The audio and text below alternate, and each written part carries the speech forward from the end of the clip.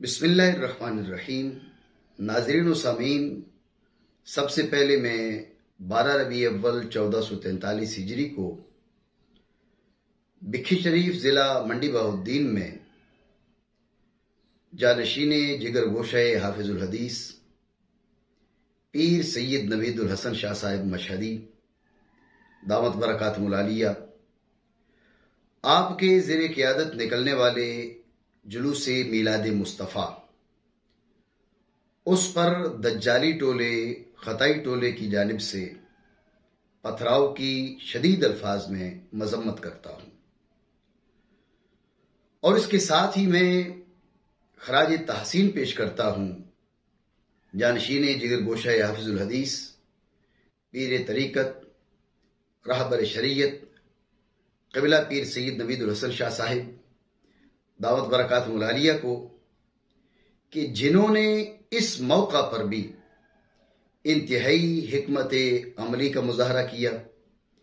اگر آپ صبر کا دامن ہاتھ سے چھوڑ دیتے اور حکمت عملی اختیار نہ کرتے تو قیمتی انسانی جانے کا بھی اندیشہ تھا، اس لیے کہ خطائی ٹولہ دجالی ٹولہ وہ کسی بھی فساد سے، کسی بھی جرم سے باز آنے والا نہیں۔ اگر جوابی طور پر جلوس میلاد کے شرکاء ان کو بھی اشتعال دلایا جاتا تو نہ جانے معاملہ کتنا بڑھ جاتا، لیکن میں حضرت قبلہ پیر سید نوید الحسن شاہ صاحب مشہدی آپ کی حکمت عملی کو خراج تحسین پیش کرتا ہوں کہ آپ نے اس معاملے کو بھی انتہائی خوش اسلوبی سے نبھانے کی بھرپور کوشش کی۔ دوسری بات میں یہ عرض کرنا چاہوں گا کہ داتا صاحب رحمۃ اللہ تعالی علیہ کے مزار اقدس پر دہشت گردی ہو یا میلاد مصطفیٰ کے جلوس پر پتھراؤ ہو، اہل سنت کے لیے یہ باتیں نئی نہیں ہیں۔ داتا صاحب رحمۃ اللہ تعالی علیہ کے مزار پر انوار پر اس سے پہلے بھی دہشت گردی کی گئی، فرق صرف اتنا ہوا ہے کہ دہشت گردی کا طریقہ بدلا ہے، چہرے بدلے ہیں، نام بدلے ہیں، کردار وہ پچھلا باقی ہے۔ وہی معاملہ ہے میلاد مصطفیٰ کے جلوس پر پتھراؤ کا۔ اس سے پہلے بھی ملک پاکستان میں پاکستان کے سنیوں نے کئی بار اس قسم کے معاملات دیکھے ہیں، فرق صرف اتنا ہوا ہے کہ نام بدلے ہیں، چہرے بدلے ہیں، کردار وہی ہے۔ پہلے میلاد مصطفیٰ کے جلوس پر پتھراؤ کیا جاتا تھا گستاخان رسول کی طرف سے۔ آج جو لوگ یہ کام کر رہے ہیں وہ گستاخان آل رسول ہیں، وہ دشمنان آل رسول ہیں، دشمنان اہل بیت مصطفیٰ ہیں، گستاخان جگر گوشہ رسول ہیں۔ اور گستاخ رسول میں اور گستاخ جگر گوشہ رسول میں کوئی بڑا فرق نہیں ہے۔ اسی وجہ سے علامہ سہیلی رحمت اللہ تعالی علیہ نے گستاخ جگر گوشہ رسول کو بھی کافر قرار دیا۔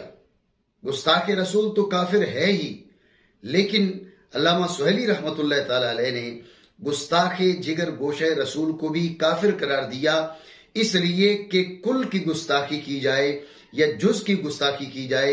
سہیلی رحمت اللہ تعالی علیہ کا استدلال یہ ہے جیسے کل کی گستاخی ایمان سے نکال کر کفر میں دھکیل دیتی ہے، اسی طرح رسول اللہ صلی اللہ تعالی علیہ وسلم کے جز کی گستاخی بھی ایمان سے نکال کر کفر میں دھکیل دیتی ہے۔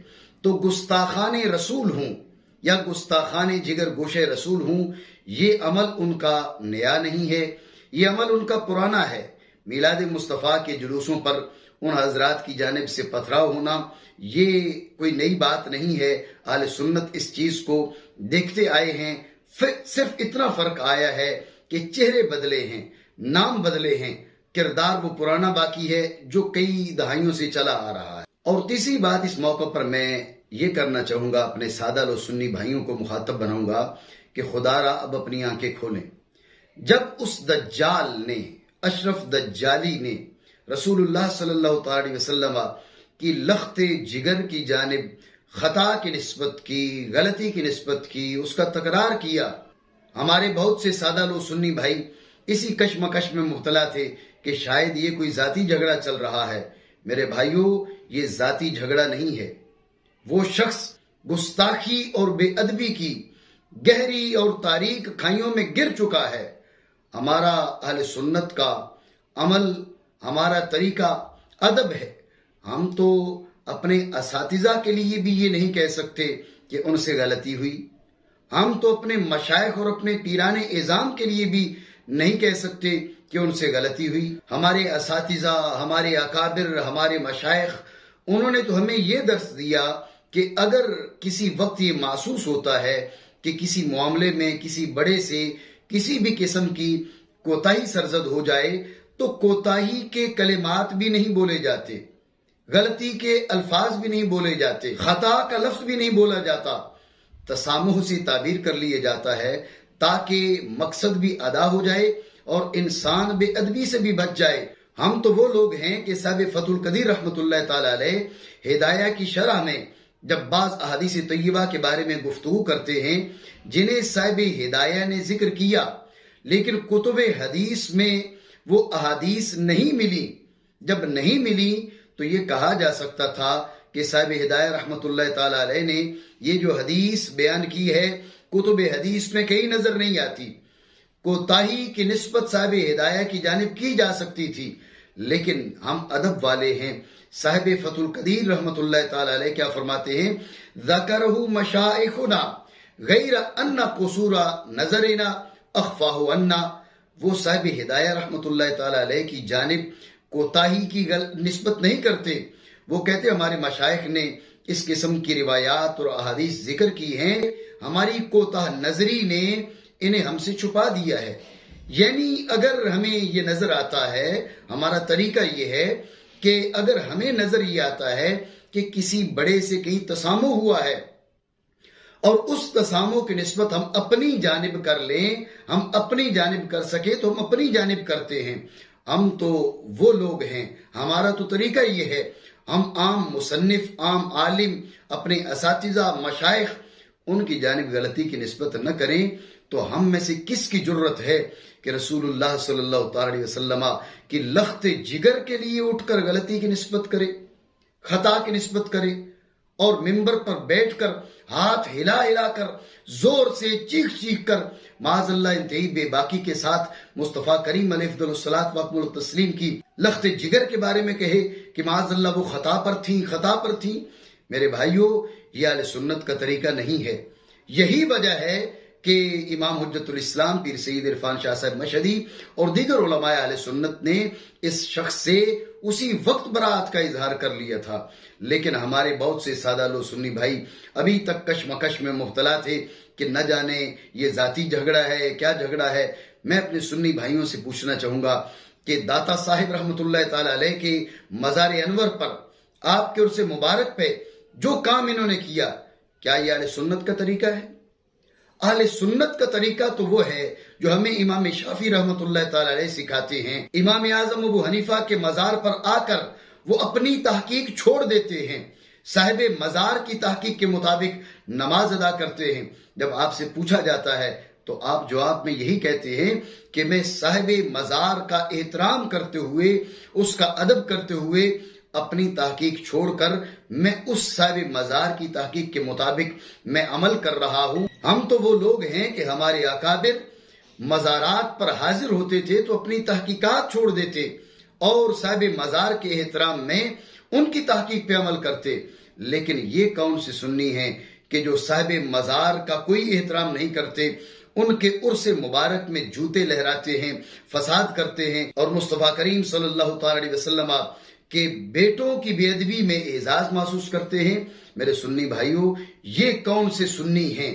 یہ اہل سنت کا طریقہ کب سے رہا؟ اور میں اپنے سنی بھائیوں کی توجہ ادھر بھی لانا چاہوں گا کہ کیا کوئی شخص سنی ہو کر میلاد مصطفیٰ کے جلوس پر پتھراؤ کو سوچ سکتا ہے؟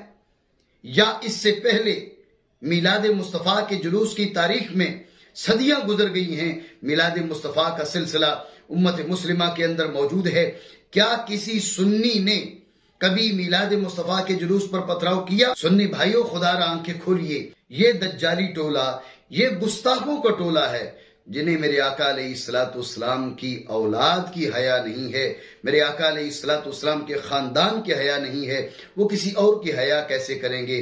اور رسول اللہ صلی اللہ تعالی علیہ وسلم کی اولاد کی گستاخیاں کر کے یہ شفاعت مصطفیٰ کے امیدوار بنے بیٹھے ہیں۔ اس بے شرم کی تو شرم و حیا بالکل ختم ہو چکی ہے۔ یہ اپنے نام کے ساتھ جلالی لکھواتا ہے۔ ہم اسے جلالی نہیں کہتے، ہم اسے دجالی کہتے ہیں، لیکن یہ اپنے نام کے ساتھ جلالی لکھواتا ہے۔ حضور حافظ الحدیث پیر سید جلال الدین شاہ صاحب رحمۃ اللہ تعالی علیہ کی نسبت سے، لیکن ان کی اولاد کو گالیاں بکتا ہے۔ کل جو اس نے پتھراؤ کروایا ہے، اس جلوس کی قیادت کون کر رہا تھا؟ حضرت قبلہ حافظ الحدیث پیر سید جلال الدین شاہ صاحب رحمۃ اللہ تعالی علیہ کے پوتے حضرت قبلہ پیر طریقت پیر سید نوید الحسن شاہ صاحب دامت برکاتہ العالیہ اس جلوس کی قیادت کر رہے ہیں، اور یہ بدبخت اس سے پہلے اپنے جلسے ان کے زیر صدارت کروایا کرتا تھا، اپنے نام کے ساتھ جلالی لکھتا ہے، لیکن حافظ الحدیث رحمۃ اللہ تعالی علیہ کی اولاد کو گالیاں بکتا ہے۔ سنی بھائیوں، کبھی اولاد کو گالیاں بک کے باپ کو راضی کیا جا سکتا ہے، جیسے حضور حافظ الحدیث رحمۃ اللہ تعالی علیہ کی اولاد کو گالیاں بک کے حضرت حافظ الحدیث علیہ رحمہ کو راضی نہیں کیا جا سکتا، اسی طرح رسول اللہ صلی اللہ تعالی علیہ وسلم کی اولاد کی گستاخی کر کے، آپ کی آل کو گالیاں بک کے کوئی شخص رسول اللہ صلی اللہ تعالی علیہ وسلم کو راضی نہیں کر سکتا۔ اور آخر میں اشرف دجالی کو بھی مخاطب بنانا چاہوں گا۔ یہ ایسا دجال ہے، ایک جانب گنڈے بھیج کر میلاد مصطفیٰ کے جلوس پہ حملہ کروایا، اور دوسری جانب پوسٹیں کر رہا ہے کہ جی مولوی عابد کے گھر پہ حملہ ہو گیا۔ میں اسے ایک بات تو یہ کہنا چاہوں گا کہ کیا بکھی شریف کا پورا گاؤں جھوٹ بول رہا ہے؟ اور کیا وہ زخمی جھوٹے ہیں؟ کیا وہ ضلع انتظامیہ جھوٹی ہے؟ وہ ویڈیوز جھوٹی ہیں جہاں تیرے بھائی کے گھر کی چھت سے پتھر برس رہے ہیں؟ ارے اشرف دجالی، اور کتنے جھوٹ بولے گا؟ جھوٹ کے علاوہ تیرے پاس کیا ہے؟ جھوٹ کے علاوہ بھی تجھے کچھ آتا ہے؟ اور دوسری بات، میں اشرف دجالی سے یہ پوچھنا چاہوں گا کہ اگر تیری بات مان لی جائے کہ تمہارا پتھراؤ کا کوئی پلان نہیں تھا، تو میں تم سے یہ پوچھنا چاہوں گا کہ یہ جو تیرے بھائی کے گھر کے اندر ویڈیو کے اندر اجنبی مرد نظر آ رہے ہیں، پورا ایک ٹولہ نظر آ رہا ہے، یہ اندر کیا کر رہے تھے؟ اگر تمہارا پلان نہیں تھا پہلے سے، اگر تو میلاد مصطفیٰ کے جلوس کی جانب سے پتھراؤ کیا گیا، تو ظاہر ہے آپ لوگوں کو اندازہ ہی نہیں تھا کہ ہمارے ساتھ یہ ہونے والا ہے۔ گھر کے اندر اتنے اجنبی گنڈوں کا ٹولہ موجود ہونا، کیا یہ عام حالات میں بھی آپ کے گھر میں رہتا ہے؟ عزت دار گھروں میں تو اجنبی مرد اس طرح نہیں رہتے۔ یہ سارے لوگ اگر عمومی حالات میں بھی تمہارے گھر کے اندر رہتے ہیں تو اس کی وضاحت تم کر سکتے ہو، ورنہ عزت دار گھروں کے اندر اس طرح اجنبی مردوں کے جتھے پناہ گزین نہیں رہتے۔ اگر یہ لوگ عام حالات میں بھی تیرے بھائی کے گھر رہتے ہیں تو اس کی وضاحت تو خود کرے گا، اور اگر یہ اجنبی گنڈوں کا جتھا عام حالات میں تیرے بھائی کے گھر نہیں رہتا اور خاص اس وقت آیا تھا، تو بات صاف سی ہے کہ تم لوگوں نے پلان کیا ہوا تھا کہ جب یہاں سے میلاد مصطفیٰ کا جلوس گزرے گا تو تم ان پر پتھراؤ کرو گے۔ ابھی تو چونکہ جھوٹ مکر فریب کا منبع ہے، اس لیے اپنی عادت سے مجبور ہو کر لوگوں کو یہ دھوکہ دینا چاہ رہا ہے، لیکن اب تیرا یہ دھوکہ نہیں چلے گا۔ تیری حقیقت کھل کر سامنے آ چکی ہے، پوری دنیا جان چکی ہے کہ تو ایک گستاخ شخص ہے، تو ایک دجال شخص ہے، تو ایک مکار اور فریبی شخص ہے۔ تیرا اہل سنت سے کوئی تعلق نہیں۔ ہم اللہ رب العالمین کے دربار میں دعا کرتے ہیں، اللہ رب العالمین اس قسم کے فتنوں سے اہلیان پاکستان کو، اہل سنت کو، اہل اسلام کو نجات عطا فرمائے۔ آمین بحرمت النبی الامین صلی اللہ تعالی علیہ وسلم۔ Truth TV